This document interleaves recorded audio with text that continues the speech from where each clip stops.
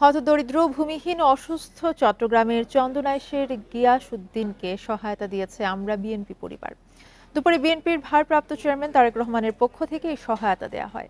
সংগঠনটির আহ্বায়ক আতিকুর রহমান রুমন জানান, বিএনপির রাজনীতির সাথে জড়িত গিয়াস দীর্ঘদিন ধরে অসুস্থ অবস্থায় পরিবার নিয়ে মানবেতর জীবনযাপন করছেন। এই ঈদে জামা জুতো অ্যাক্সেসরিজের ডিসকাউন্ট। বিষয়টি জানতে পেরে দলের ভারপ্রাপ্ত চেয়ারম্যানের সহায়তার নির্দেশ দেন। পরে আমরা বিএনপি পরিবারের একটি প্রতিনিধি দল অসুস্থ গিয়াসউদ্দিনের বাড়িতে গিয়ে তারেক রহমানের সহমর্মিতার বার্তা ও আর্থিক সহায়তা পৌঁছে দেন। এ সময় গিয়াসের সাথে টেলিফোনে আরও কথা বলেন তারেক রহমান।